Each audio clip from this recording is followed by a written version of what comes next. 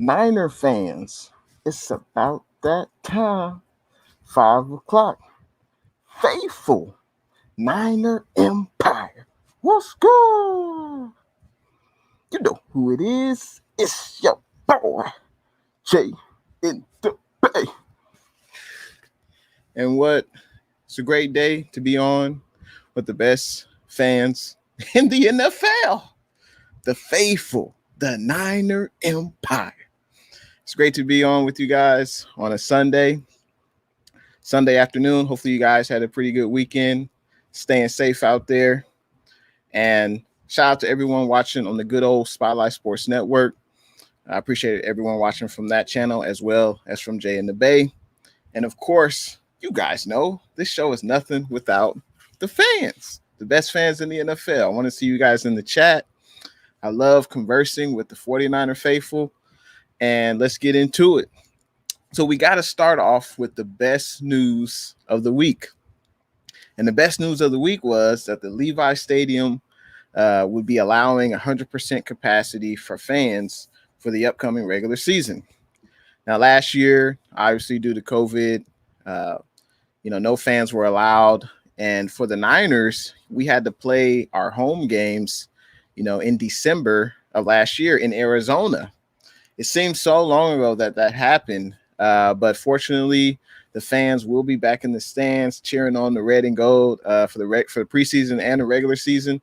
And I'm excited, for fans to be back into the stadium. I'm excited for the Niners to have the home field advantage like every other team has in the NFL. And let's get into them comments. All right, let's see who we got first. 49ers Nation, what's good? Thanks for tuning in to the stream. How you doing this weekend, 49ers Nation? Looks like 49ers Nation. He says, if we trade for Julio to start, I'll give them Armstead and maybe Kwan because the Falcons need defense. Then Wilson, Jeff Wilson Jr., the running back, because Todd Gurley is probably going to leave if he didn't already. Now, that's a lot of compensation to give up for Julio Jones. I definitely will discuss that in this stream. Definitely talk about Julio Jones and the possibility of him coming to the Niners. I tell you this, though, 49ers Nation, I would want Julio Jones to definitely be a part of the 49ers. He would definitely elevate the wide receiver room. There's no doubt about that. And I appreciate your comment, 49ers Nation. 49ers Ultimate Report, what's good? Thanks for tuning in to the stream. And make sure you guys check out 49ers Ultimate Report. Excellent content creator. Talk about that red and gold. Check him out. He says, what's good? You're always welcome for future collaboration on my channel or yours. Niners all day. I feel you in the 49ers Ultimate Report. Thanks for coming through. Cincinnati Crew, what's good? Thanks for tuning in to the stream. Cincinnati Crew, excellent YouTuber, talks about the Cincinnati Bengals. And of course, this channel is all about the 49ers, but I sprinkle in just a Scotia NFL news. And I always welcome all NFL fans, no matter what team you root for. All NFL fans are welcome, but of course, we do cater to the red and gold. But I appreciate you coming through, Cincinnati Crew. 49ers Ultimate Report says Levi Stadium will have fans. Hell yeah, can't wait. Exactly. Yeah, that's definitely going to be exciting to have fans back into the stadium. Not only will it benefit the players, it benefits the team, benefits the owner, all that good stuff. Obviously more money. There'll be more influx of money to the team.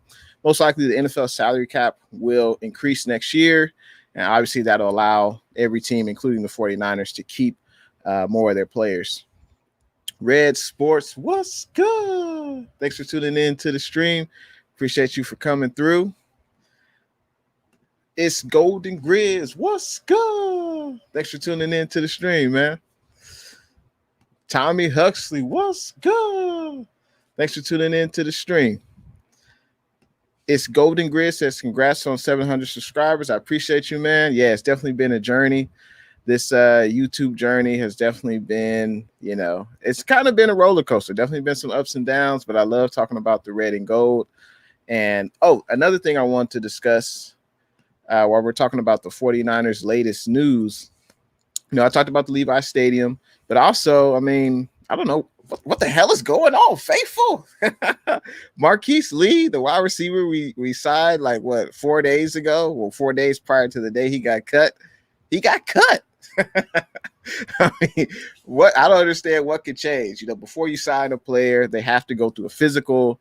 So clearly, the 49ers offered him a contract. Marquise Lee accepted the contract. So clearly, he passed his physical.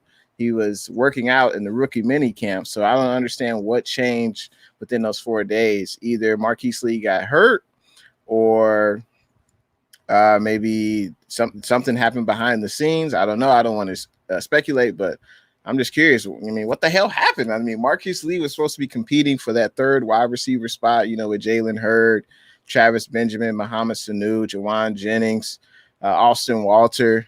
So it's interesting that, Marquise Lee got cut. I was definitely surprised by that.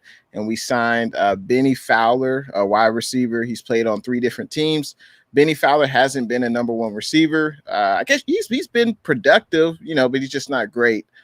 So we'll see what happens with the 53-man roster, and we'll see if, Benny Fowler even makes the 53-man roster. So it'll be interesting to see. The wide receiver room is definitely deep, and, we'll see how that shakes out. There's definitely going to be a lot of competition in that wide receiver room. Tommy Huxley says, we don't have the draft capital, but he would only cost only $15 million a year. I think you're talking about, Julio Jones. Yeah, I mean, his cap hit for the next 3 years, $15 million this year, and I think $11 million for the next 2 seasons. That's, I don't know how you guys feel. Let me know in them comments. Let me know how you guys feel about a Julio Jones trade, involving, let's say we give up Eric Armstead, maybe a 2nd or a 3rd round pick. The Falcons definitely need defense. Eric Armstead, he has a high salary contract. It would match up with Julio Jones. I say we give up Armstead and in exchange for Julio Jones, and possibly we also give a 2nd or 3rd round pick to the Falcons as well. Let me know how you guys feel about that trade scenario. Armstead and a 2nd or 3rd round pick for Julio Jones. Let me know what you guys think about that in the comments. Tommy says, John J. Don Burr is trolling every channel, man. Don't let him on your channel. And 49ers O2 Report says, thanks for the heads up. Let's see. 49ers Nation says, I'm good, Jay. And if Kyle really wants to trade for a star wide receiver, I would trade for Odell because, yes, he's expensive, but he only has 1 year of guaranteed money left, I think. That's a very good point, 49ers Nation. OBJ is younger. OBJ has 3 years left on his contract, but as you mentioned, only one of them has guaranteed money left. So if the 49ers want to cut bait at the end of next season, they can do so without getting any, salary cap implications. They won't have to pay any dead money for letting OBJ go. So his contract is definitely more team friendly. Odell Beckham Jr. I'm not sure if the Browns are interested in, trading him at this point for anything less than the 1st round pick. We don't really have a 1st round pick to give up, unfortunately. It seems like Julio seems like the more likely target, but also Julio, we might not have to trade for Julio. The Falcons could cut Julio after June 1st. So I guess we'll see how that shapes out. Looks like Tommy says Lee got injured again, Jay. Yeah, that's what people were saying, Tommy. But when I Googled, Marquise Lee, I just hadn't seen anything recent that said, he got injured. So I just wanted some clarification on that. But Matt Navarro, what's good? Thanks for tuning in to the stream, man. Travis Berg Jr., what's good? Thanks for tuning in to the stream. Travis says, Tuesday night, brother, we chopping it up and getting you to 1K. That would be brilliant. And yeah, I'll definitely be going on Travis Berg YouTube channel Tuesday night. And we'll see you guys there. Let's see. Looks like 49ers Ultimate Report says, share Jay and the Bay channel so he can reach 1,000 subs. I appreciate the support. Appreciate it, man. But another thing we got to get into is we're definitely going to talk about Julio more, but also we got to talk about Fred Warner. I posed a question. Should Fred Warner be the highest paid middle linebacker in the NFL? Let me know what you guys think in the comment section. Should Fred Warner be the highest paid linebacker in the NFL? Very great question. Now, there's another linebacker who is very similar to Fred Warner. You know, he was drafted in the same year of the NFL draft by the Indianapolis Colts, Darius Leonard. Now, Darius Leonard is a very good linebacker for the Indianapolis Colts.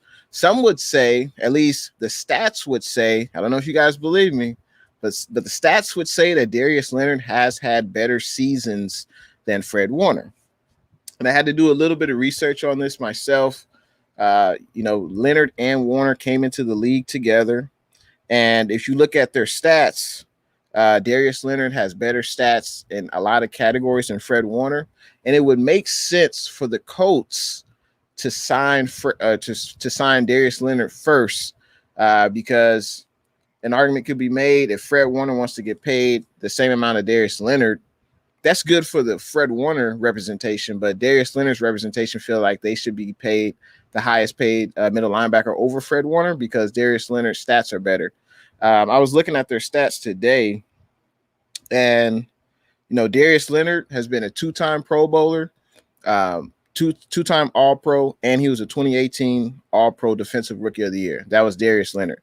Now, Fred Warner, he's been a one-time Pro Bowler and a one-time All-Pro. Darius Leonard, in 3 seasons, he's got 7 interceptions. Also, he's got a combined 416 tackles. This is Darius Leonard. And he's also has 15 sacks. So all those numbers I just mentioned, tackles, sacks, interceptions, Darius Leonard has more than Fred Warner. So when I pose this question, should Fred Warner be the highest paid middle linebacker? Some would say that he shouldn't be paid higher than Darius Leonard, based upon just the stats by themselves. But what do you guys think? Let me know in the comments section. What do you guys think? Should Fred Warner be paid highest paid middle linebacker? And I believe the highest paid middle linebacker right now is Bobby Wagner. And I believe he's getting paid at least like 18 mil per year. So Leonard and Warner definitely want to. That's where they're going to. That's the starting point is $18 million a year for Fred Warner and Darius Leonard. But Fred Warner is definitely the best player on our team, and I feel like he should definitely, get paid at least top 2 of middle linebackers in the NFL. Looks like CG Ruthless. What's good? What's good, CG? How you doing tonight? Looks like Matt Navarro says 49ers Ultimate Report feel like a number 1 receiver is all we need.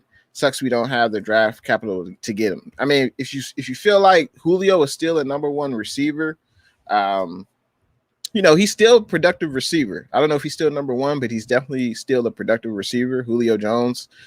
He's played in a lot of the games the last few seasons, except last season. Last season, he only played, I believe it was like 9 games.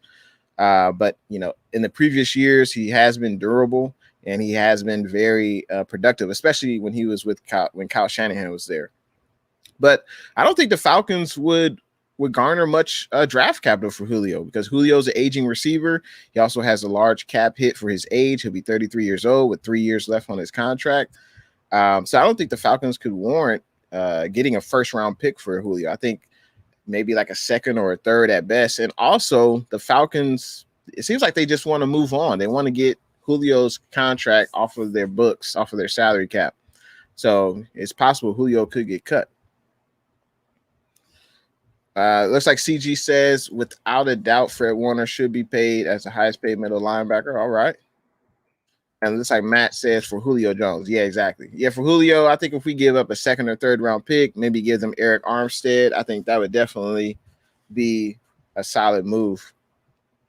Looks like Tommy says, John Jay and I were discussing that question. I think anything under 20 would work. I'd say 17 mil a year. So for Fred Warner, yeah, I mean, I think he should get paid at least top 2, top 3 right now in the league, especially since you could say that, I guess in theory, he shouldn't get paid more than Darius Leonard because Darius Leonard has been more productive in his first 3 years compared to Fred Warner.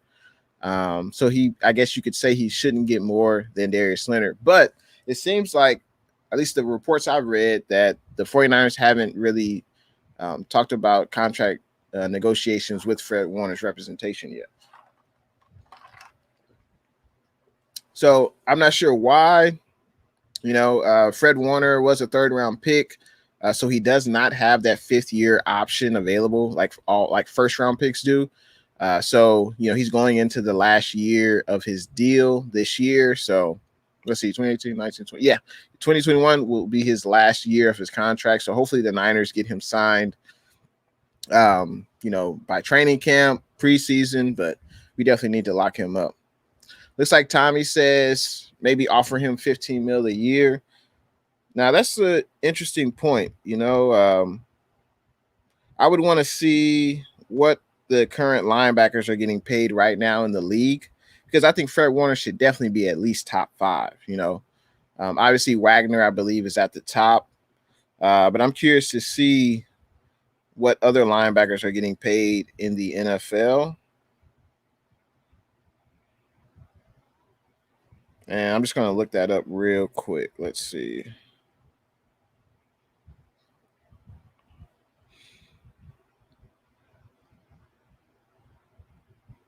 Yeah, I'm going to look that up real quick, but let's continue on with these comments. I see Damian Lee, what's good? Thanks for tuning in to the stream. Damian Lee says, I wouldn't make a move till the June 1st cut day. Now, that's a wise move, because there could be some receivers that could get cut. That's an astute observation, Damian Lee. I appreciate that comment. Yeah, June 1st is a huge day for teams. I don't think the Niners have any candidates for the cut day. But yeah, that would be an interesting move. For the 49ers to just wait and see what happens with Julio or what happens with OBJ. It's like 49ers Ultimate Report agrees with Matthew. He says he's 100% right about the wide receiver situation. Matt says a number one receiver will have us set for our Super Bowl run. I tend to agree. So, there is some people are a little hesitant with Julio based upon his age. He's 33 years old. This isn't the same Julio from 2016. That was 5 years ago. Also, Julio has battled foot injuries, hamstring injuries, and things like that. Even though he has played in basically all the games except for last year, but there are some worries there by getting a older receiver. Looks like CG Ruthless says, I think Warner is worth every dime. All right. I think so too. He should definitely be, paid, at least starting out 18 mil, 20 mil per year. I think so. That is paid. So yeah, I wanted to look at the list of the highest paid NFL linebackers. So it looks like Bobby Wagner is number 1. He's got 18 mil per year. CJ Mosley, the linebacker for the Jets, has 17 mil per year, and Zach Cunningham is third with an average annual salary of 14.5 mil per year. So those are your 3 highest paid middle linebackers, 18, 17, and 15. So Darius Leonard and Fred Warner that's going to be the low mark, 18 mil, and then it'll be anywhere between 18 to 20 mil per year. Tommy Hugley. Hey, Tommy, Bobby Wagner looked pretty good last year against the Niners. He looked pretty damn good last year. Looks like Tommy says offer a third for Julio. Yeah, exactly. Offer a third and maybe Armstead. So that way we can take that salary off our books, and we have plenty of depth at the defensive line. And Armstead, he's been solid, but he just doesn't get enough sacks. It's like 49ers Nation says Warner should be one of the highest paid, but not the highest, because we can use some of that extra money to extend Debo. Well, he'll be only in his 3rd year this year. And he was a first round draft pick. So there's still, technically, we still have 2 more years for Debo. And I think, Debo's got a lot to prove. I don't know how you feel, 49ers Nation, but, Debo hit the scene. He was looking good his rookie year, excellent season. 2nd year, he had a sophomore slump. I believe he broke his foot in preseason, or at least I think it was in June or July of last year. I think it was July. Broke his foot, and unfortunately, he suffered hamstring injuries through last year. So, Debo's got a lot to prove. I think the 49ers will wait and see with Debo before he gets extended, especially since he has 2 years left on his contract. Dave Martinez, what's good? Thanks for tuning in to the stream. Looks like he says greedy. Who cares if someone is making more or less than you? You're still getting paid fat money. I mean, I agree with you, Shay, but when you look at what these NFL teams are worth, you look at the amount of billions of dollars that the NFL is getting. The players, they're going to try to get every penny they can get.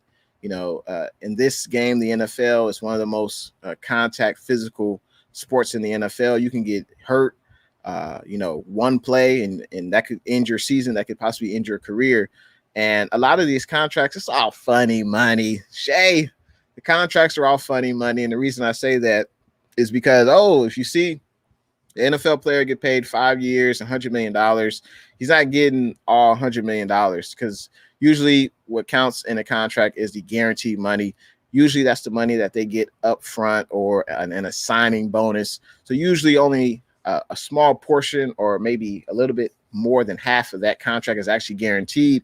Just like we were talking about Odell Beckham Jr. So when he signed his deals, a 5-year deal with the New York Giants, only 3 of those years were guaranteed. So that's why he still has 3 years left of his contract. The only 1 year is guaranteed, and the other 2 can be voided out by whichever team he's playing for. So a lot of these contracts, it's just funny money. And the only thing that really matters is the guaranteed money for these contracts, because the years aren't guaranteed. If it's a 5-year deal, those years aren't guaranteed. It's all about whatever the guaranteed money and the signing bonus is in that contract. Let's continue with these comments. I appreciate everyone coming through to the stream. If you're having a good time, make sure you hit that thumbs up button. I appreciate it. And also, if you haven't subscribed, make sure you subscribe to your boy Jay in the Bay. And let's continue with these comments. Let's see. Gotta make sure I catch up. Okay. Looks like Matt Navarro says, any news on Richard Sherman? No news on Richard Sherman. Yeah, I don't think it doesn't seem like there's much of a market for Sherman, unless the team signs him maybe after the June 1st cut day. But I just don't think many teams see him as a number 1 corner, or at least a starting corner in the league anymore. Now, I don't know if he's interested in playing safety, but at this point in his career, that might be a better option to play the safety position, Richard Sherman. But yeah, I don't think the Niners would sign him at this point, especially since we re-signed Emmanuel Mosley, re-signed Jason Verrett, re-signed K'Wan Williams, and then also we got 2 corners in the draft. So I think Richard's days, at least as a cornerback for the Niners, I don't think it's going to happen. Maybe if he came back as a safety, maybe, but we already have plenty of safeties in the secondary. So I'd be surprised if Richard Sherman made a return to that red and gold. Looks like CG says, yeah, nothing yet, Matt, in regards to Richard Sherman. Hector, what's good? First time I seen you in the chat. Thanks for tuning in to the stream where we talking about that red and gold. He says, rookies are so underpaid. Yeah, I mean, if you're not a first round pick, you definitely have to, earn your money. I don't know if you can remember, Hector, but I believe maybe 10, 12 years ago, like the first round picks would get like 60 mil guaranteed, or at least like your top 10, top 5 picks. They would get like 60, 50 mil guaranteed before they even played it down in the NFL. And the NFL, changed that. So now, of course, your first round picks, they still get the most money. But, if you're an elite player in this league, you're definitely going to get paid, for what you can bring to the table. So Travis Berg says, Hector, thanks for coming through. Yeah, I appreciate you, Hector. Thanks for coming through. Looks like Hector says injury prone. Are you referring to Julio Jones? Let me know. Because Julio has played, barring last year, Julio has played more games than not. Like if you look at his, his game log, he's played at least 14 to 15 games per year. Last year was the outlier, and he had some injuries, but other than that, he's been pretty effective. He's been basically healthy. Monica, what's good? Thanks for tuning in to the stream. We're just talking about that red and gold. Let's see. Looks like Hector says too much money for a middle linebacker. I appreciate your thoughts, Hector. Let me know how much you think Fred Warner should get paid, per year, because he's definitely, Fred Warner has proved that he's definitely the best player on the 49ers defense. He's played every game in his 3-year career. So he's definitely the best player, in my opinion, on the 49ers defense. We definitely do not want to lose Fred Warner, and he's definitely establishing himself as one of the best middle linebackers in the NFL. I would say the best. You could argue, hey, Bobby Wagner is still good. You could say, not Devontae David, but the other guy that's next to him. I forgot his name, but for the Buccaneers, he plays linebacker. It might be Devin Smith. I'm not sure about that, but he's pretty good as well. So there's a lot of middle linebackers that are pretty good, but obviously I feel like we have the best one. And you got to reward your best players, Hector. You got to reward your best players. So who do you think, how much do you think we should give Fred Warner? I mean, let me know in the comments section. Looks like Tommy says no one will take Armstead's contract. Shucks. You mean we can't trick nobody, Tommy?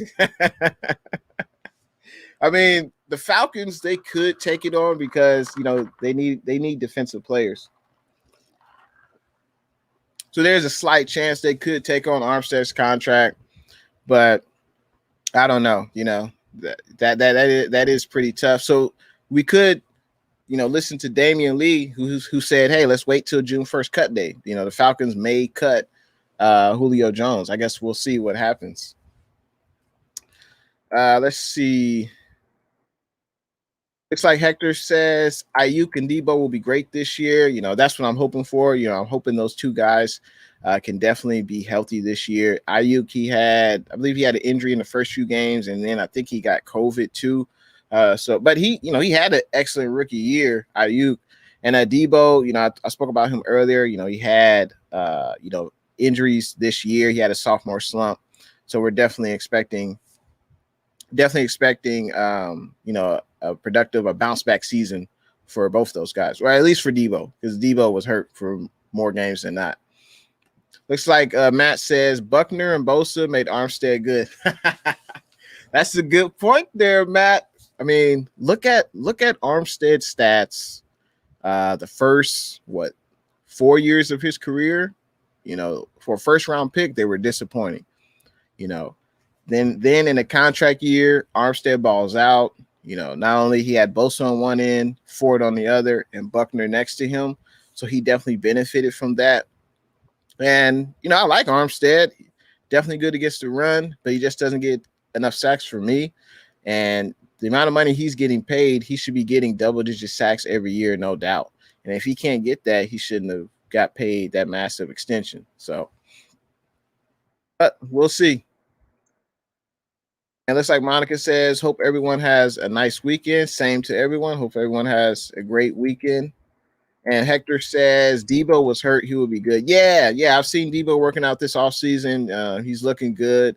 And hopefully he can come back to camp. He'll come back in shape, ready to go. And, have a productive year. Because with our weapons on offense, I think we have a pretty good offense. I just think we need one more receiver, one more established vet playmaker that can get us over the top. 49ers first takes. What's good? Thanks for coming through, man. He says, sup, man. Yeah, Debo still has a lot to be proved. Yeah, exactly. Before we're talking about a contract extension for Debo, he's got a lot to prove. He had the great rookie year. He had a setback in the sophomore year. So we'll see what he does in his junior year, the third year. Looks like Hector says, the Ayuk show is going to be great. Now, I agree. There's no bigger fan of Brandon Ayuk than me. And I feel like he's definitely the best receiver on the team right now. And I can't wait to see what he does in another year under Shanahan's system. Also, lined up next to Debo and Kittle, and also the weapons we have in the running game. So I can't wait to see what happens. And looks like, let me get back to these comments. Okay. Looks like 49ers Nation says, yeah, I agree. And I think Debo will have a great year this season if he hopefully stays healthy. Exactly. Yep. I think if he's healthy, we'll definitely have a great year. I love the move. I love the way Shanahan utilizes Debo, in the end arounds, the jet sweeps. You know, Debo, I love to see that he looks for punishment. He doesn't let tacklers, tackle him at the first attempt. Usually he's stiff arming guys. Usually he's running guys over. So I love the way Debo Samuel plays. So looks like Tommy says the OTAs in preseason will limit our injuries this year. That's what we hope. Yeah, because definitely last year was a weird year. No ATAs, no preseason games, so the players weren't able to like slowly, ramp up to contact. Last year was just like, oh, there's no contact, you're barely working out to okay, game one is full contact. So obviously, this didn't benefit the Niners, even though every team had the same situation, but this definitely did not benefit the Niners, and hopefully the players will definitely benefit from OTAs, mini camp, training camp, preseason. So hopefully we won't see a string of injuries on IR like we did last year. Steven, what's good? As I mentioned before, all fans are welcome no matter who you root for. As long as you like the NFL, you definitely can come through Jay and the Bay's YouTube channel. He says, hey there at Jay and the Bay. Both 49ers and Titans are in the running for Julio Jones. Let's pray one of them beats New England Patriots in the sweepstakes. Yeah, I heard about that, Steven. I heard that the Patriots were interested. And I thought I saw something online that said Julio Jones was interested in going to the Patriots. I don't know if he has a no trade clause in his contract, so he can't really dictate where he wants to go. But yeah, I'm eager to see. The Titans could definitely use Julio Jones, and the Niners can too. So we'll see what happens this offseason. It's like Tommy says, there are two things that scare me. One of them isn't Strat Turd. Okay. Looks like Hector says change rules because of Sam Bradford. Yeah, I think Sam Bradford was the last quarterback to get the big money, or it might have been Cam Newton. It was one of the two. It was either Sam Bradford or Cam Newton. They were one of the last few draft classes that got the huge money guaranteed up front. It might have ended with either Bradford or Cam Newton, where they got like 60 mil up front, and then the NFL quickly changed that. It's like Hector says, I'm assuming in regards to Julio Jones that he's 33 and his foot is concerning. Yeah, I mean he's definitely a older wide receiver. But a lot of people mention Julio Jones because of the connection that Julio had with Shanahan when Shanahan was the offensive coordinator for the Falcons, and obviously Shanahan was a huge force in bringing the Falcons to the Super Bowl that year. Matt Ryan had an MVP season that year. The Falcons had one of the best offensives that year, and when Shanahan left, I don't think the Falcons have been to the playoffs since. Maybe once. Maybe they went to the playoffs one more time, but they definitely have fallen off since then. So I think that the Niners should definitely kick the tires on Julio, see what compensation the Falcons want, and go from there. Or maybe go after OBJ. OBJ is younger, has a more team-friendly contract with only 1 year guaranteed out of 3. So OBJ would be good as well. See, 49ers Nation says, all I've been seeing on IG this weekend is Sherman photoshopped in a Steelers jersey, so maybe that's a possibility. Yeah, who knows with Sherman? I mean, I think he's better off at playing safety at this point of his career. But wherever Sherman goes, hopefully he's successful. I definitely enjoyed Richard Sherman being in the red and gold when he was here and when he was a productive player. Looks like Matt says, I would rather have Julio Jones on the Titans than the Patriots, to be honest with you. I mean, at least they would be in the AFC. So, yeah, any team, like it would suck. Wouldn't it be terrible if, Julio Jones went to the Cardinals or something, or if Julio Jones went to the Rams or the Seahawks? Like, that would be terrible. So, if we don't get Julio, hopefully he goes to a team in the AFC. So, I appreciate you, John Jay. Appreciate everyone hitting that thumbs up button. Tells YouTube you like it, and also, helps your boy feel good. I like that you guys are enjoying the stream. I like that we were able to converse. So yeah, make sure you hit that thumbs up button and subscribe to Jay in the Bay. Just like Monica says, Warner is worth every penny. No, I agree. He's the best defensive player on the team. He's been very durable. He's played every game of his 3-year career. He's still young. He's probably like 23, 24. So we could easily sign him to a 5-year deal. And I think that would definitely be money well spent. Obviously, the salary cap. I think we have about 17 mil left. And Jimmy G most likely won't be here next year. So that'll be 23 million saved. And then Bosa probably won't get. I don't think he'll get extended next year. It'll probably be the year after that. So I think we'll be fine. And with Trey Lance, rookie quarterback contract, I mean, that's the formula to winning Super Bowls. It's have a quarterback who's on like a rookie deal. He's not getting paid 20, 30 mil plus per year, and you could still build around that young quarterback. Kind of like what the Seahawks did with Russell Wilson when he was on his rookie year deal. They were able to add talent offensively and defensively because you need a team faithful. I'm sure y'all know this, but you need a team. It takes a team in order to win the Super Bowl. You got to have all three phases: special teams, offense, and defense in order to win. So 49ers first take says Fred is a must re-sign. That's right. And I'm not sure what the Niners are waiting on. I guess, Darius Leonard is in contract negotiations with the Colts. And Darius Leonard, he has on paper better stats than Fred Warner. So technically he could get paid higher than Fred Warner. But let's say if Darius Leonard gets 19.5 mil per year, 5-year deal, I'm sure Warner would get something similar to that, or maybe like, a buck more, like for instance, what Trent Williams did when he got his contract. So I think when Darius Leonard signs, Fred Warner should be soon after that. That's at least what I'm hoping for. Cinco Mo, what's good? How you doing this weekend, man? Thanks for coming in, checking out the stream.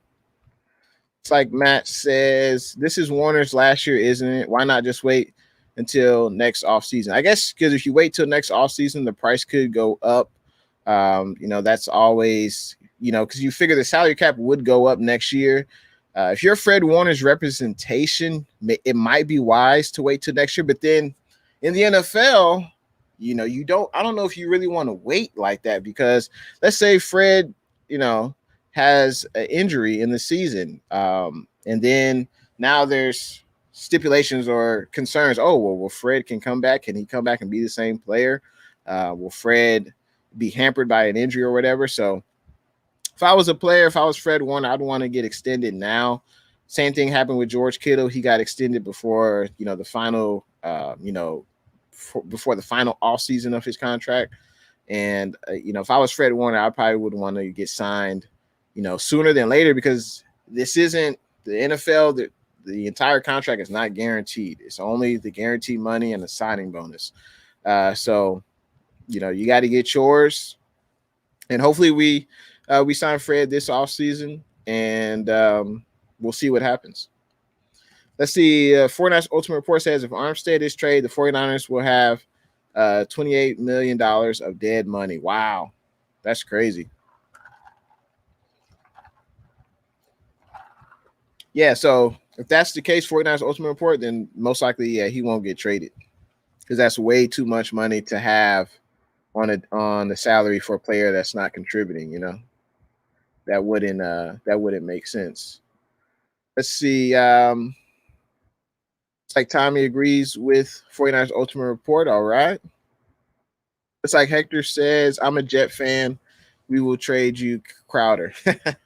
Crowder's a solid receiver. He'll probably be good on the Niners. I don't know what you guys would want for compensation, but yeah, he's a pretty good receiver.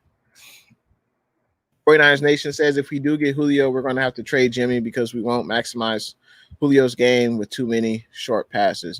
That is an interesting point. And that's the thing with Jimmy.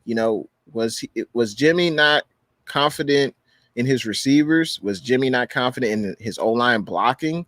Is that why he didn't throw deep? Was Shanahan not confident in Jimmy? Like, we really don't know. Yeah, because that is one thing about Jimmy. He didn't throw the ball deep, But I believe if you look at the stats, he was an effective passer when he threw the ball deep. He just didn't do it that often, you know. And that's, I guess you could say, that's Shanahan either not having confidence in Jimmy G, or that's Shanahan having more confidence in the 49ers running game, because Shanahan wants to run the ball. I think he proved that in this year's draft by getting the 2 offensive linemen, by getting the 2 running backs. So, you know, Shanahan definitely wants to run the rock. It's like Hector says, Julio is $23 million against the cap.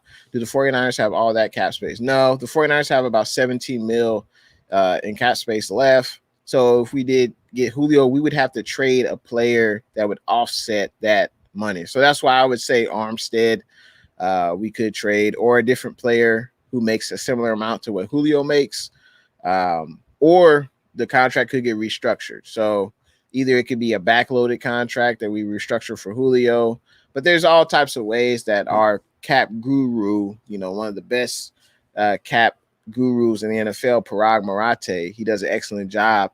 You know, if Julio wanted to, he could restructure his contract that would fit under the Niners salary cap. But we shall see what happens. Looks like Monica says 15 for us. I believe it could be wrong. If you're talking about the salary cap, I think it's 17, I think. Looks like Tommy says, Monica, it is 15. Let me know. I think it's 17 mil for the salary cap, I believe. But someone else in the comments, let us know. Looks like Monica says, I know Shanahan is salivating on working with Julio again, but he won't make a move to after June 1st. If he does make that big swing. Yeah, I mean, that could be an option, because the Falcons could cut Julio Jones June 1st. Let's see, what would the Falcons owe Julio if they cut him post June 1st? I believe it's a minimal amount.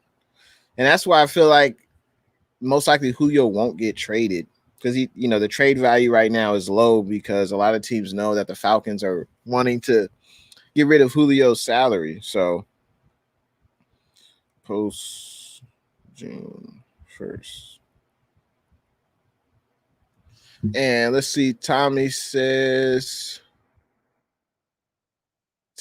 49ers Nation says, as long as Julio doesn't go to the Patriots or any other team in our division, I'm good. So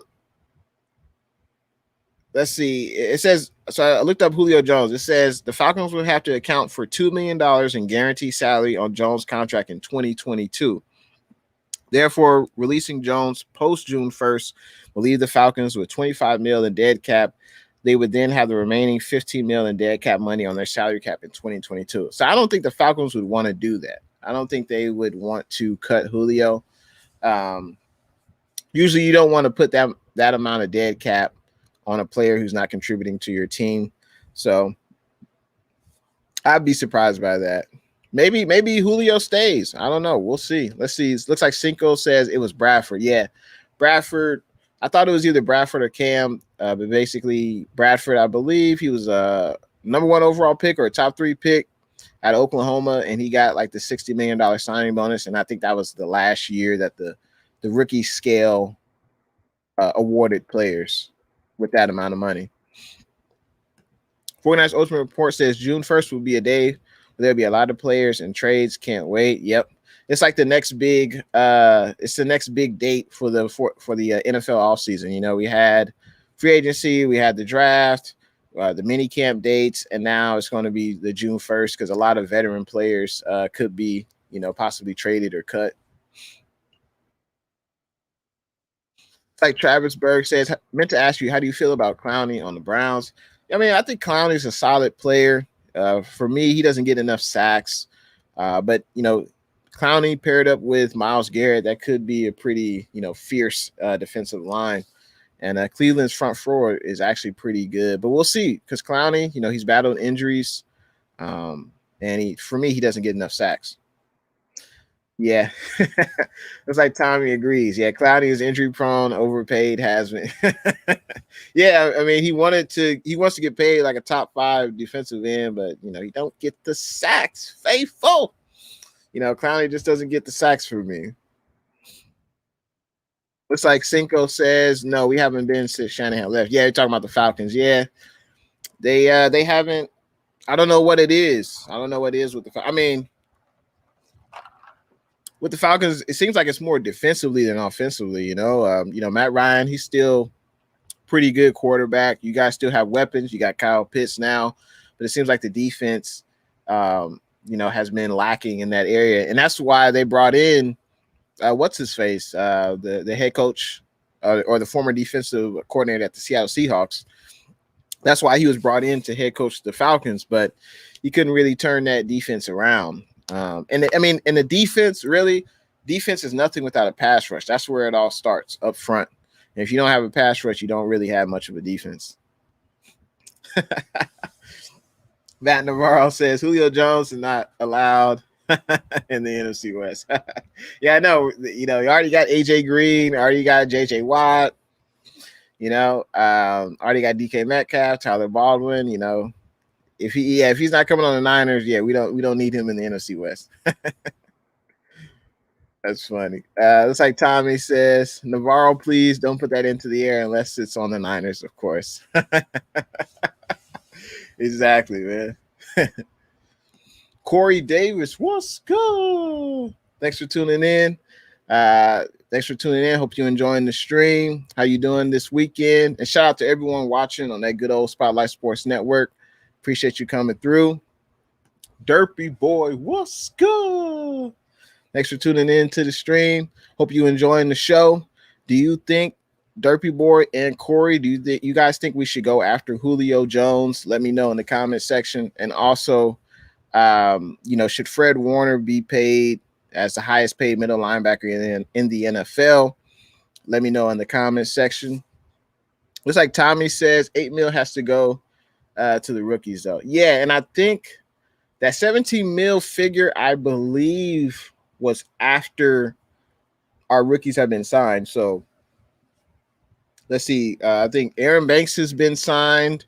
Hufanga has been signed.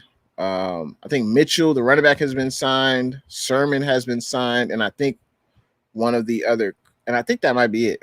So I think we signed at least 4 guys, I believe. Let me double check that. But I think we signed at least 4 of the rookies. Obviously, Trey Lance hasn't been signed yet.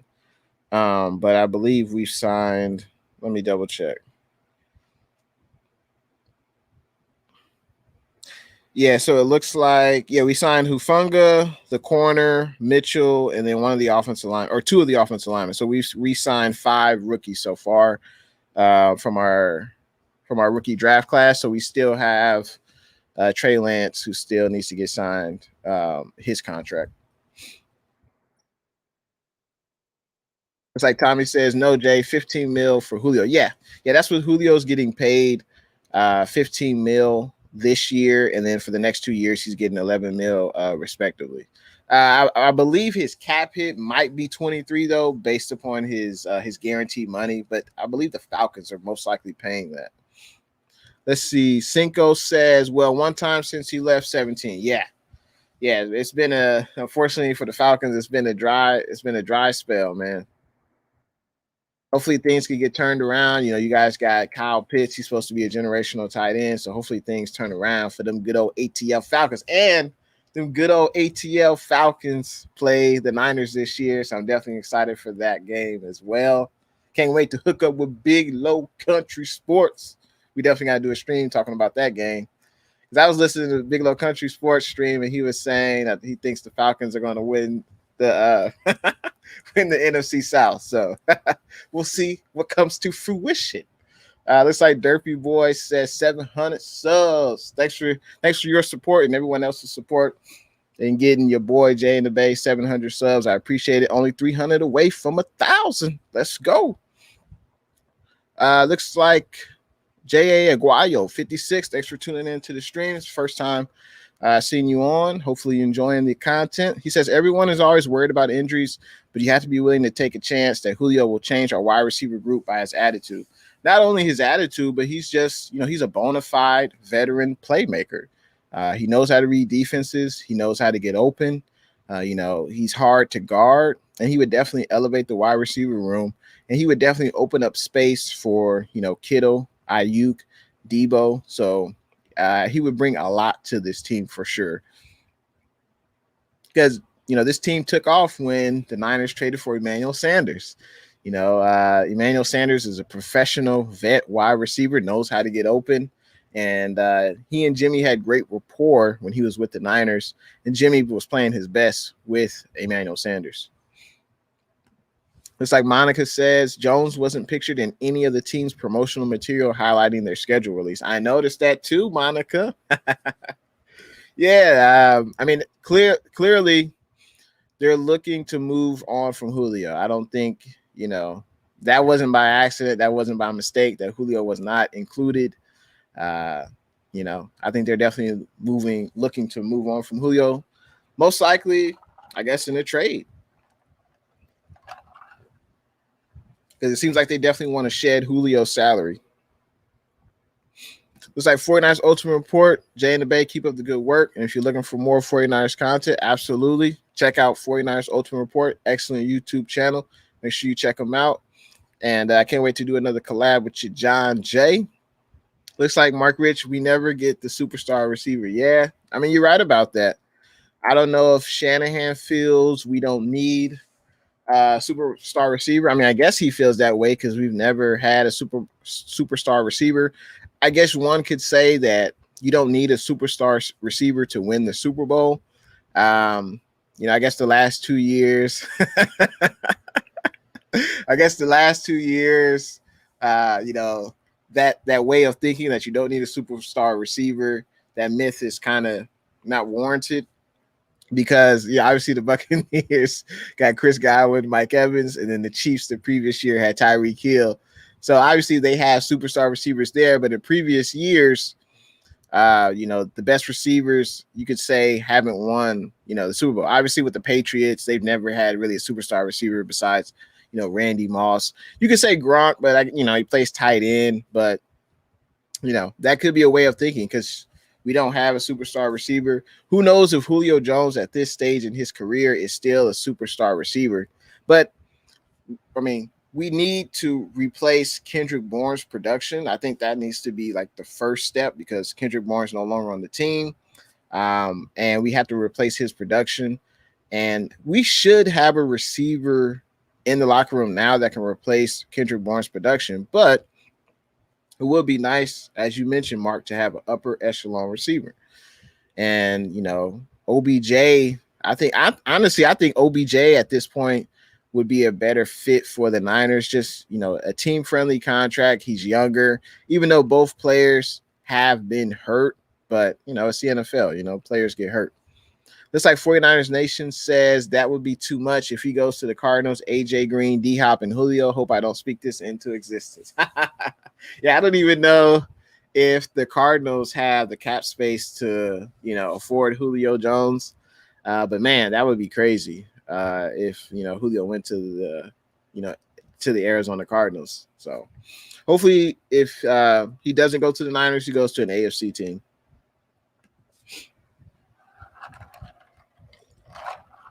Looks like Derpy Boy says, honestly, Julio is still a pretty good receiver. It's just that we might not have the cap space. Kyle knows how to get him the ball, so I say maybe. No, I agree, Derpy. I think he's still a pretty good receiver.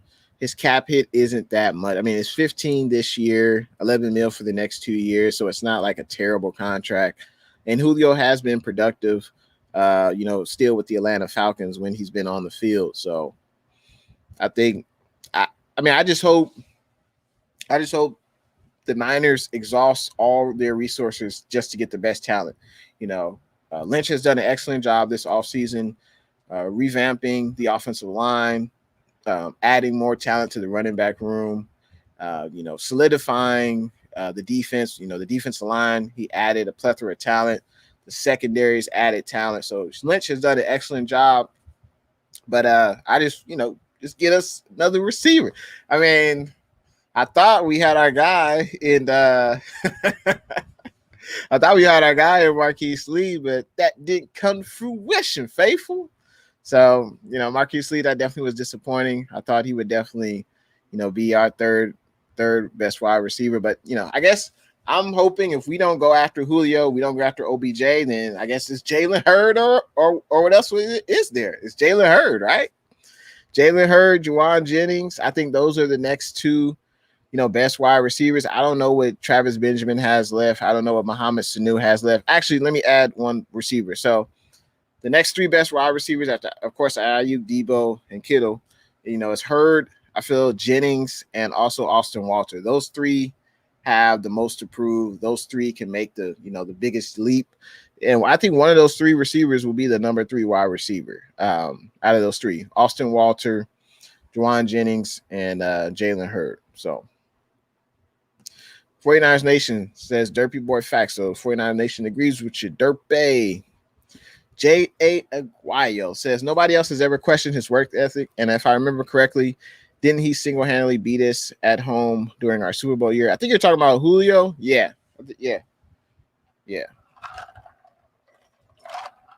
I think the Falcons did beat us that year. Yeah. I think that was a game that 49ers definitely just thought, hey, we show up on the field, we're going to beat them because we're the Niners, and the Falcons are having a bad year, but Falcons definitely wanted that game more. Finko Mo says, yes, sir. Definitely looking forward to game against the Empire. Hopefully at full strength this time. Exactly. That's what I'm hoping for. Hopefully both teams are at full strength, and I'm sure it'll be a competitive game.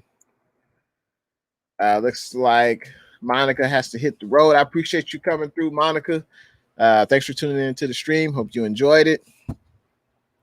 Looks like Mark says we need to get Julio. Every team in our division is making moves. Hopkins, Ramsey, Watt, Adams. All we've done is draft an unproven quarterback. Make it happen, Lynch. Great points. Great points, Mark. I mean, there's no debating that. The Rams have Aaron Donald, Jalen Ramsey. They got Woods. They got Kupp. They added Deshaun Jackson. The Cardinals, they got AJ Green. Who knows what he has left? Same could be said about JJ Watt. Seattle still got Russ, DK, and Baldwin, but it does take a team, to win the division, to win the Super Bowl. And I feel like the Niners still have, I think we still have top to bottom, probably the best team and best coaching staff in the NFC West. I think the Rams are probably close behind in defense wise, because the Rams did have the number 1 defense last year in the NFL, so the Rams bring that back this year. But I think we're definitely, top to bottom, we should be the best team in the NFC West. Let's see. Hector says John Lynch doesn't pay receivers.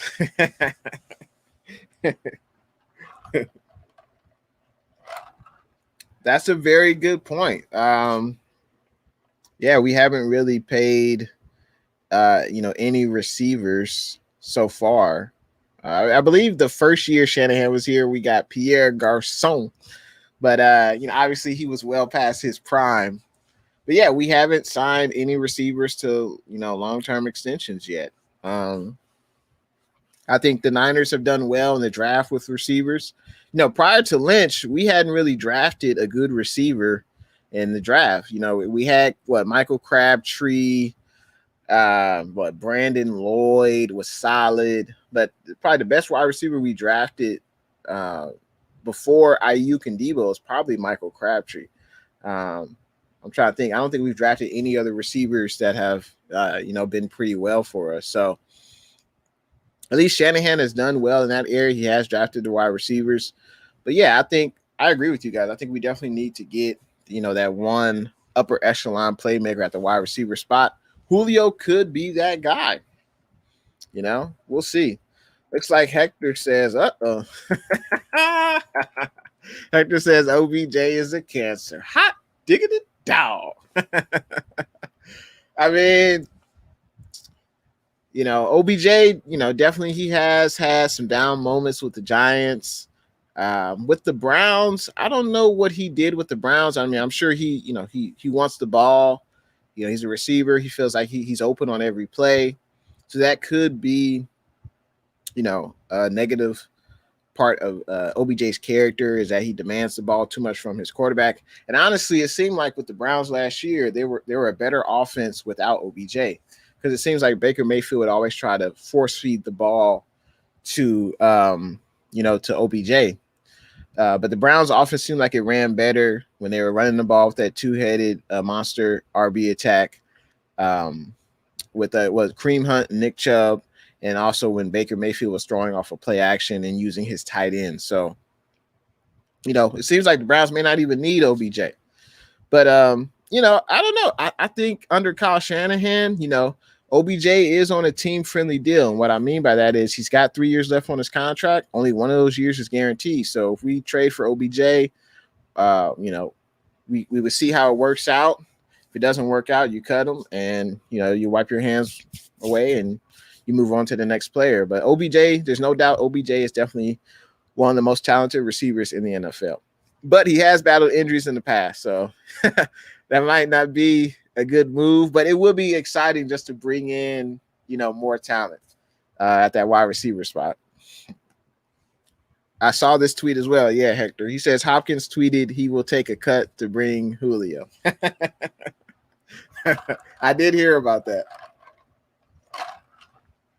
Yeah, and I don't know if Julio has a no trade clause, so I don't know if he can dictate where he wants to go, but that would be crazy, right? If another receiver went to the NFC West, that would be crazy.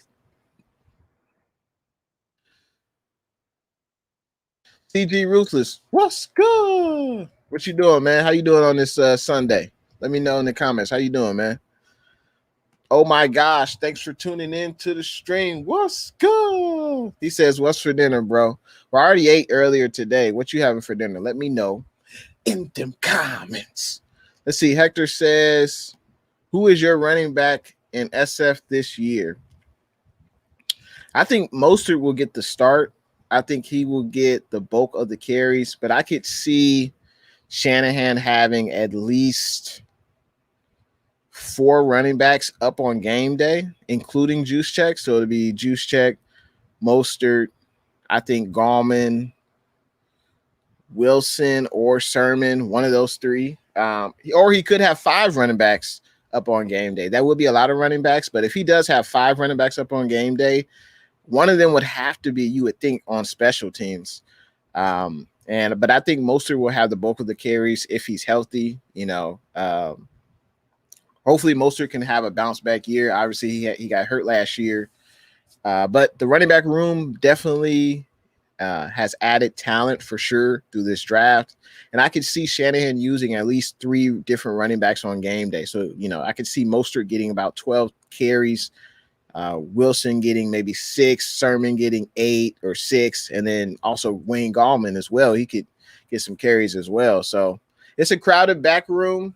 It's a crowded running back room, but I think it's good. Iron sharpens iron. And we know last year, every running back on the squad last year was injured at one point. So can never really have too many running backs. Baby boy, I appreciate you for coming through, man. Hopefully you enjoyed the stream, and I'll see you on the next one. OYG, what's good? Thanks for tuning in to the stream. He says we own the Lambs. That's funny. Now, we owned the Lambs when Jared Goff was the quarterback. So, OYG, do you think we would still own the Lambs with Matt Stafford? I mean, there's no doubt. I don't know how you feel, OYG, but I think Matt Stafford is definitely an upgrade over Jared Goff. And I think Jared Goff is solid. He's not terrible. Matt Stafford, the knock against Matt Stafford is, he threw for all those yards. He's thrown for 5,000 yards in the season, but I don't even think the Lions have ever won a playoff game under Matt Stafford. But that's why I say it takes a team, faithful. It takes a team to have success. And Matt Stafford definitely has a team now. Matt Stafford, he didn't have, you could say, I mean, he had Calvin Johnson. He had one of the best receivers in the last 20 years to play. Stafford had Calvin Johnson, but some would say, he didn't have the defense or he didn't have the running game, which was true. But we'll see how Matt Stafford does in the City of Angels this year, because they definitely have a pretty good team top to bottom, offensively and defensively. Looks like Tommy Huxley says, I think the Ayuk show is the next Jerry Rice. Interesting. Well, if Ayuk is working towards that, more power to him, man. Hopefully Ayuk, is working towards that. Let's see. J.A. Aguayo says, who would you rather have with a playoff spot on the line? Julio, Jahan, or Jalen Hurd? Oh, Jawan. I'd rather have Julio. If we needed, if there's one game to play, and this game, if we win, we would go to the playoffs. I'd rather have Julio for sure. He's definitely, obviously, he's been a more productive receiver than those two receivers, Jawan Jennings and Jalen Hurd. Fortunately, Jawan was hurt last year. Jalen Hurd's been hurt the last 2 seasons. So hopefully both of those receivers can come in to camp healthy because they have a chance to win that number 3 spot, the number 3 wide receiver spot. So, but yeah, I would definitely rather have Julio. It's like Hector says, you notice OBJ got hurt. Mayfield played better. Yeah, because I think Mayfield wasn't, forcing the ball to OBJ. OBJ, I'm sure he was saying, hey, throw me the ball. I'm open. And Baker would, force feed him the ball. And, obviously that didn't work. So definitely the Browns did play better when OBJ wasn't on the field, So Cinco Mo, does Shanahan have to prove he can win without Jimmy G? Seems to be word on the street. That's an interesting question because when Jimmy was healthy, went to the Super Bowl Cinco. And when Jimmy G's hurt, pretty much the season has been over. So, that's a very good question. You look at Shanahan's this will be his 4th season with the team. We've only gone to the playoffs 1 time. The stats don't lie. But I think this year, if Jimmy does get hurt, at least we'll have Trey Area, and he'll be put in a position to succeed. And I'm looking forward to that. But if I had my druthers, Cinco Mo, if things went perfect for me, Jimmy G would start every game this year. I think we could use Trey Lance this year in like a Taysom Hill role. Taysom Hill, like he plays for the Saints. I think if we use him in a role like that, that would be very intriguing. I would definitely like that because I want to see Trey Lance on the field. Obviously, we're going to see him in preseason, and it would be cool to see him in regular season games. So Jimmy G would start every game, lead us to the playoffs, possibly win the Super Bowl, or at least go deep in the playoffs, and then we move off of Jimmy G's contract in the offseason. And then Trey Lance would be the starter. If things that's how I would like for things to work if it went perfectly. But we'll see what happens. Hopefully Jimmy G can stay healthy, and Jimmy G is playing for his football future. If Jimmy G balls out, he's going to get traded, and he's going to get a long-term contract to be a starter for another team. If Jimmy G gets hurt again, misses multiple games, or if he's not playing well, he may not be able to get a chance to start in the NFL again. So a lot of things are riding in on Jimmy G. Mark Rich says, what's in the cup? Just a little bit of agua in the cup. Just a little bit of agua. That's it. Gotta stay hydrated. Gotta drink more water. It's like Travis says, CG Ruthless, good to see you, man. Yeah, I appreciate everyone coming through. Looks like Mark Rich says Jermichael Hasty. Yeah, Jermichael Hasty is still on the team. But if I had to choose the top 5 backs, including Juice Check, so let's say Juice Check's off the board. So we got 4 more backs. I think Mostert, Wilson, Gallman, and Sermon. I think those are the top 5 backs. Juice Check, Mostert, Wilson, Gallman, and Sermon. I think those are the top 5 backs. I think, and also there's still Elijah Mitchell, the running back we drafted in this year's draft. I think Elijah Mitchell or Hasty will probably be on the practice squad, but it's going to be definitely a talented running back room, and there's a lot of competition. Let's see. Hector says Travis, Ocho, and Vinny. Let's see. Let me know what those 3 names pertain to. I'm not sure. Let me know. Looks like Hector says, got to go. Great football chat. When are you usually on? I appreciate you coming through, Hector. I'm glad you enjoyed the stream. Of course, I upload videos daily on Jay in the Bay YouTube channel. You can also follow your boy on IG and Twitter, Jay in the Bay. And usually I do live streams. I try to do live streams at least once a week, usually Sunday nights, 5 p.m. Pacific. Uh, and if time permits, I can sometimes do a stream Tuesday night. But just make sure you stay tuned in to Jay in the Bay. And I appreciate you coming through, man. You have a good night. J.A. Aguayo says, all this Julio talk might be pointless if we can just be top 2 in rushing and control the time of possession. Great point. Great point. That's what football's all about, faithful. Winning the trenches, winning at the line of scrimmage, winning at the point of attack. The offense can't do nothing if the offensive line doesn't establish and dominate at the line of scrimmage. You know, the offensive line has to create holes in the running game. They have to be able to block for Jimmy G so Jimmy G can look to the right and Jimmy G can look to the left. You know, that's how offenses are successful, by the offensive line, you know. And I think that's what Shanahan wants to do. He wants to run the rock, control the time of possession, and our defense got to be able to do the same. Dominate at the line of scrimmage, get pressure on the quarterback. The corners can cover less, and it helps the entire defense. So you're right. This Julio talk could be pointless, but, you know, it's always fun to pontificate. Let's see. Big Low Country Sports. What's good? Thanks for tuning in to the stream. Jay, Big Low Country says, Jay, what in the world, Bo? Yeah, what's up with Julio Jones, man? Y'all gonna trade Julio Jones to us, man? We'll take him off your hands. It seems like them good old ATL Falcons want to let Julio go. They don't want to pay him for that contract no more. Let's see. Big Low says, what's good, Coach Cinco? Let's see. Coach Cinco Mo says, Coach Low, what's good, bro? I enjoyed your show, Big Low Country. I was watching it, the most recent one, not the basketball one, but the football one where you guys are talking about Matt Ryan and Julio. That was an excellent show, Big Low Country. Keep doing what you're doing, man. Let's see. Yeah, 49ers Ultimate Report says, Big Low Country, what are your thoughts on the Julio Jones trade rumors? Yeah, Big Low, let us know what your thoughts are since you're the ATL Falcons fan, so let us know. Yes, sir. Look at that picture. He says, do you watch basketball? Playoffs are on now. Yeah. I used to be into NBA, not as much now. I still watch it, but I'm definitely more into the NFL, and I had to get on and talk to the faithful. I had to talk to the Niner Empire.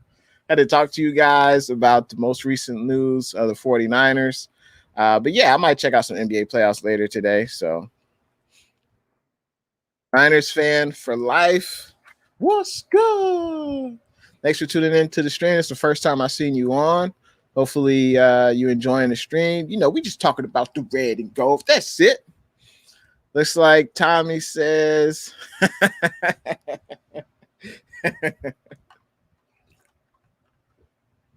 Tommy says, tasty, hasty, fumbled, but still a good back. Yeah, he's a good back.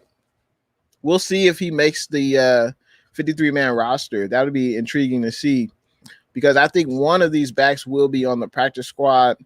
But yeah, you know, we've got a pretty good running back room, but I think, Kyle Shanahan does not want to use our running backs like bell cow backs. We don't have a Derrick Henry on this team. We don't have a running back that's going to carry the ball, 30, 35 times. If anything, if we run the ball 35 times, that's going to be split under 3 to 4 different running backs. So that way we keep our running backs fresh, and, we continue to run the ball and win that time of possession. Looks like J.A. Aguayo says, when we had Cap, didn't they have packages for him before he took over for Alex? I don't think so.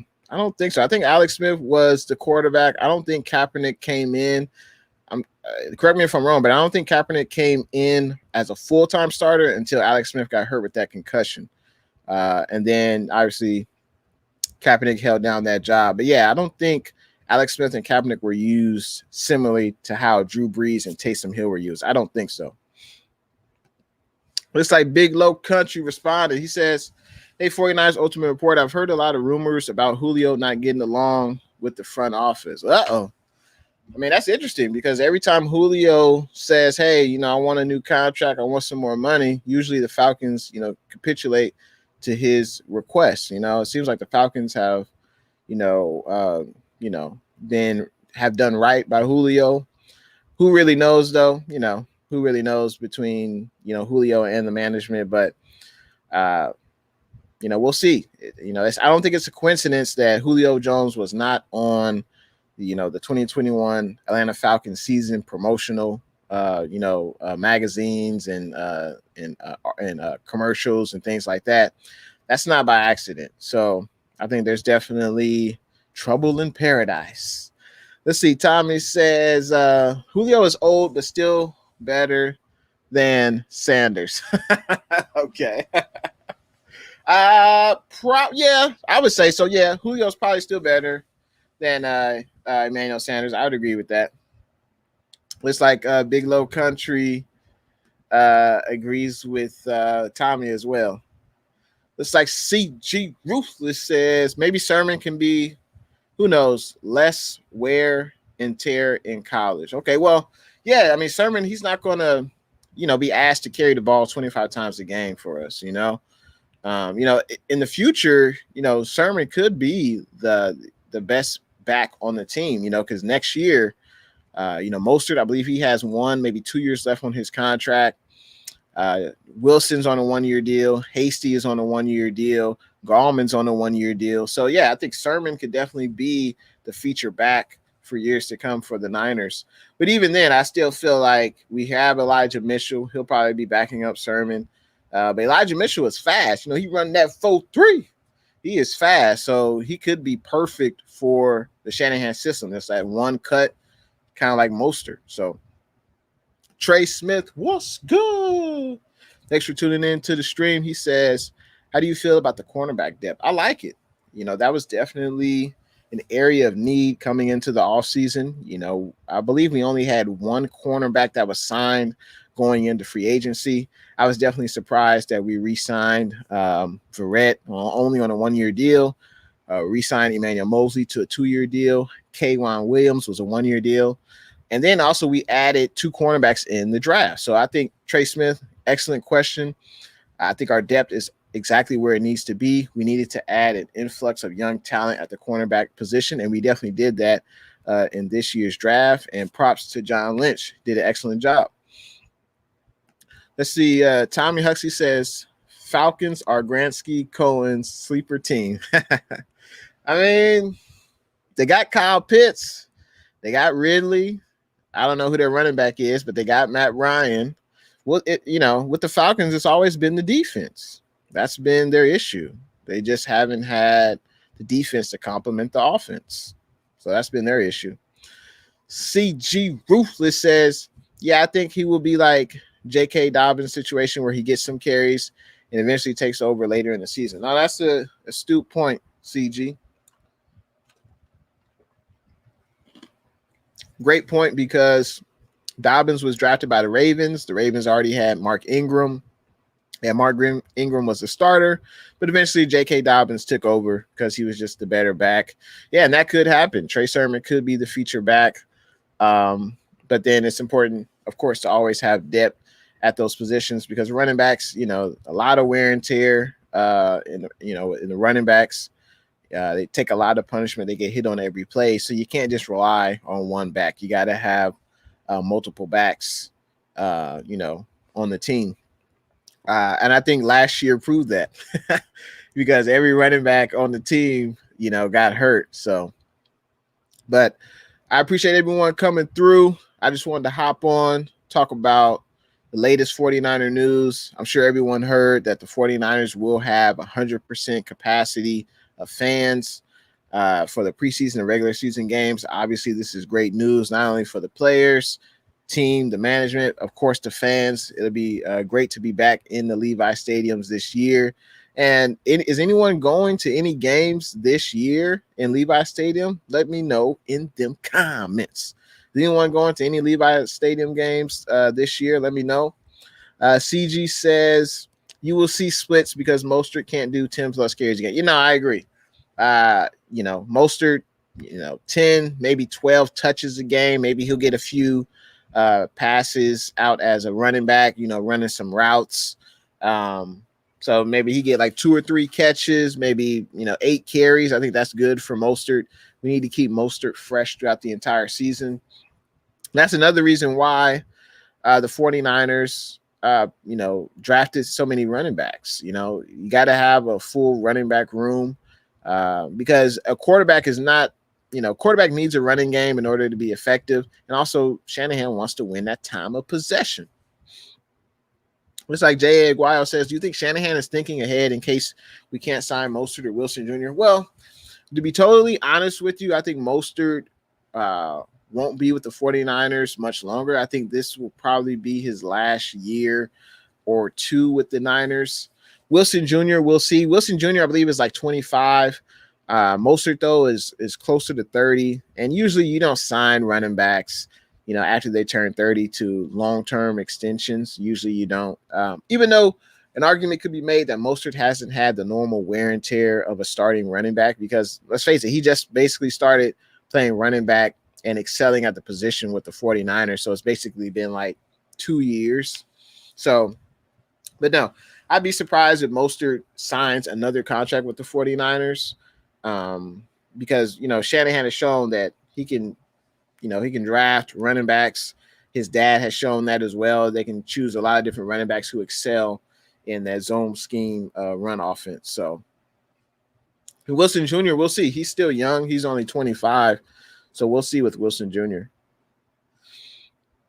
Let's see. Tommy says, Trey going to give sermons on the trash Detroit Lions defense. That's funny. Yeah, I can't wait for game 1, baby. I can't wait for game 1. Going against Jared Goff again. Obviously, he hasn't done well against the 49ers defense in the past. I expect that to continue. And I think the 49ers should definitely win the game against the Detroit Lions pretty handily. So CG Ruthless says maybe against Minnesota. Okay. Are you talking about what Trey Lance starting or something? Let me know. Jay Aguayo says, great job. I appreciate you coming through to the stream. I'm glad you enjoyed it, and I'll definitely see you on the next one. Just stay tuned to Jay in the Bay YouTube channel. Looks like OYG says I'm saving up for week 4, but I'm there for show. That's good, man. Yeah, anybody else plan on going to Levi Stadium to watch a few games? Yeah, week 4, is that the game against week 4? Is that against, I think that's the divisional game. Let's see. Let me double check. I think that's a divisional game. Let me pull up the schedule real quick. Let's see.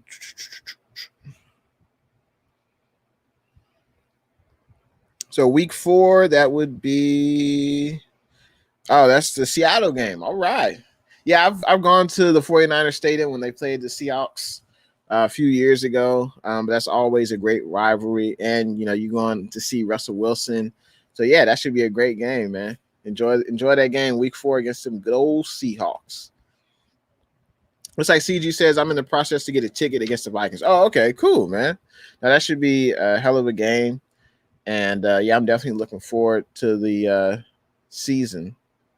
And CG says, oh, you meant the game attendance. Okay.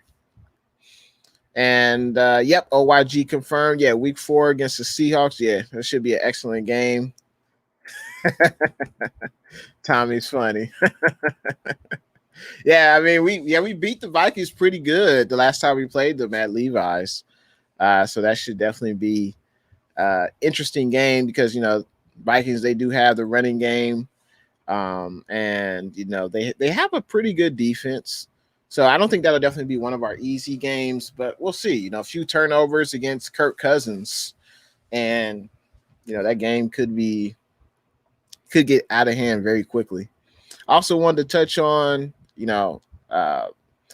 Marquise Lee getting cut. I was definitely surprised by that. And then the 49ers signing wide receiver Benny Fowler. He hasn't been a number 1 receiver. He's been okay. Benny Fowler has. But, we'll see if he makes the 53-man roster. But let's see.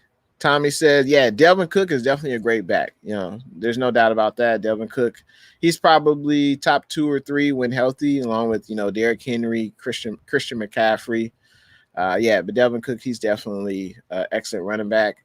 49ers will have our hands full going up against the Vikings, that's for sure.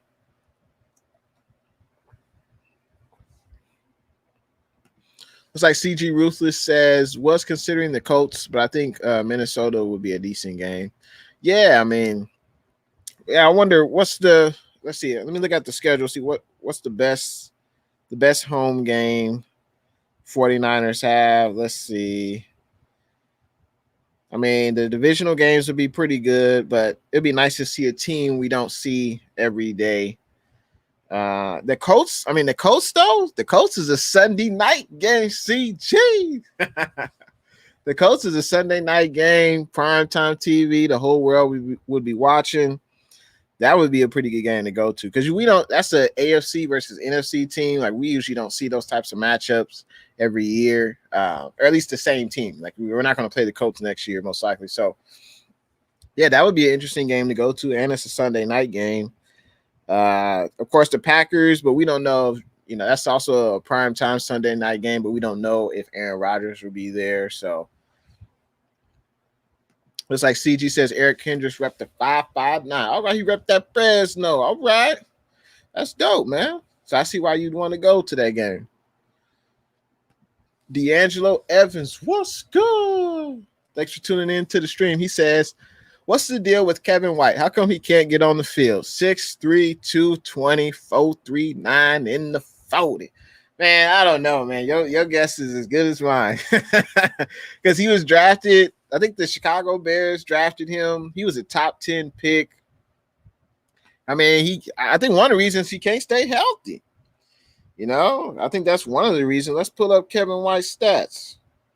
I know that's one of the reasons he can't stay healthy, but he's got all the athleticism. He's got the speed. He's got the build.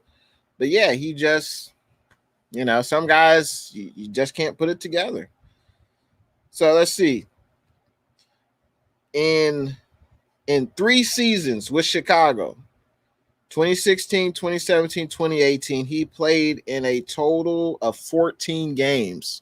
So out of a possible 48 games, Kevin White only played 14 games. Now, that's just terrible. I mean, you just can't. Unfortunately, it's his body or if it's training. I don't know what it is, but yeah, he just can't stay healthy. He was active, and then he missed the 2019 season.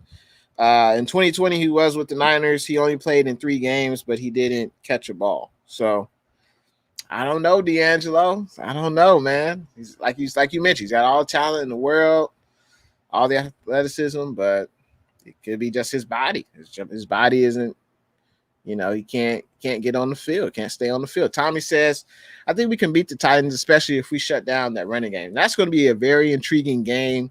It's going to be a short week for the Niners. I believe before we play the Titans, we play, let's see.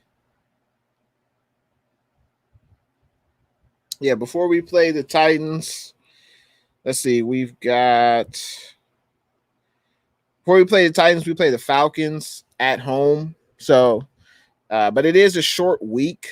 We're playing the Titans. We got to fly to Tennessee, Thursday night game, prime time. But it's a Thursday night game, That's going to be a tough game for the 49ers to have to fly across the country. And that game is 2 days before Christmas. When I did my schedule prediction, that was one game I thought the 49ers would lose just because of the circumstances. I mean, one, it's a short week. You have to play on a Thursday. We got to fly down to Tennessee. 2 days before Christmas, the Titans bring that great running game with Derrick Henry.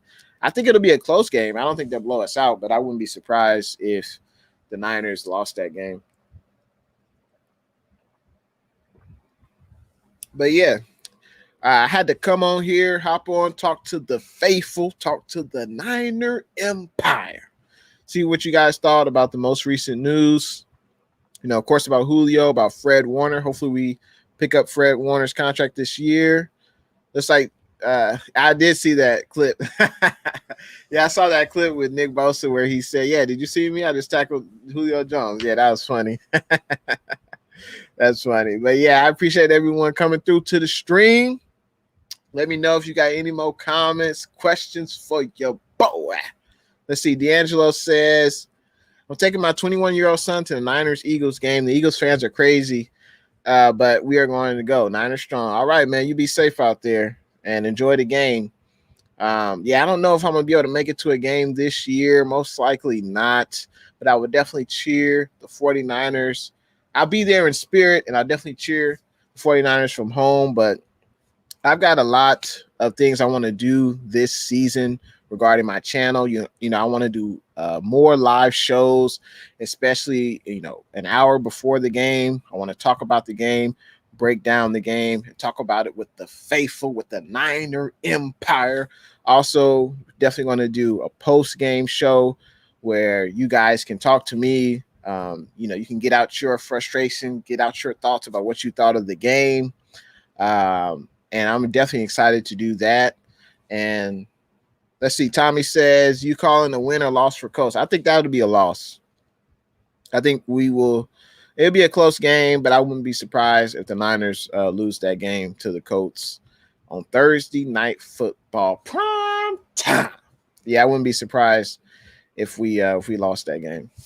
But I still think our record, what do you think our record would be, Tommy? Let me know in the comments. But I think our record would be about 12-5.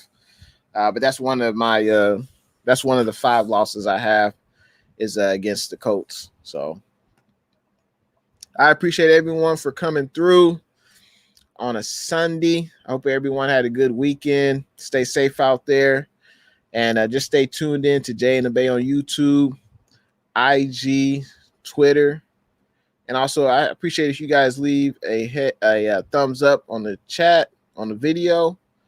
So let's see. Looks like Tommy says so. 2 losses there. You call, yeah. The Colts, I think, would be a loss, and I think one. We probably lose 1 game to the Rams, mostly 1 game to the Seahawks, and then 2 others most likely. It looks like OYG says 12-5.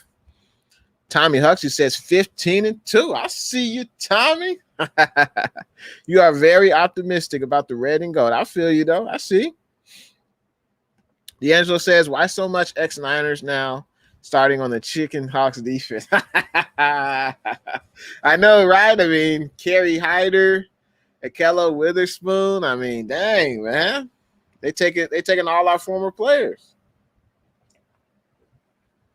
I think part of it, the players, they want to play on the West Coast. And hey, the Seahawks offered Kerry Hyder a multi-year contract extension, a 3-year deal. I'm happy that Kerry Hyder got his money.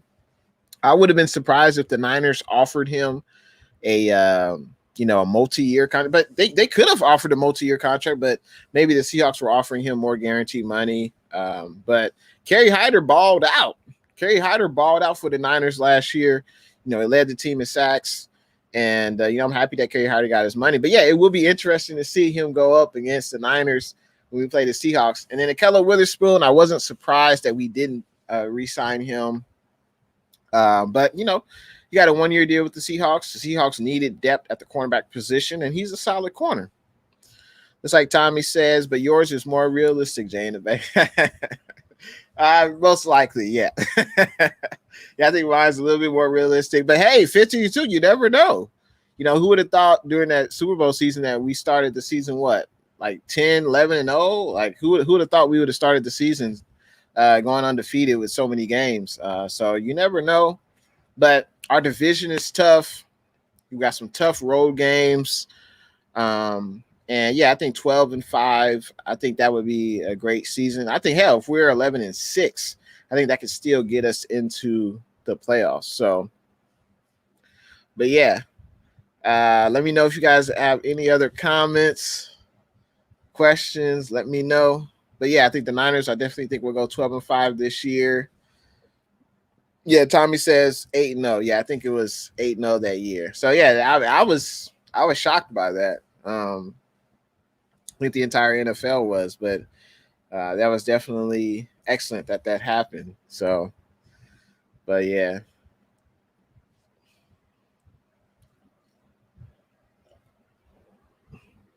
I appreciate everyone coming through the stream, everyone conversing with your boy, Jay in the Bay. Make sure you stay tuned to Jay and the Bay YouTube channel. And I think this is me signing off. And I appreciate everyone conversing with me, and definitely look forward to the next stream. At the earliest, most likely to be Sunday night, unless there's some big news that I just want to come on live and chat. But most likely the next stream would be Sunday night. And I appreciate all the new people that I saw coming on. And I also appreciate everyone coming through from that good old Spotlight Sports Network. Just like Tommy says, anything 10 or above wins is a way into the play. Exactly. 10 wins. That's like your starting point, because the first thing you want to do, you want to win your division. You want to try to win your division. So I think, 10 wins is borderline. We can win a division, but I think we'll be in much better position if we have, 11 or 12 wins. I think that'll definitely we'll be in better position with 11 or 12 wins.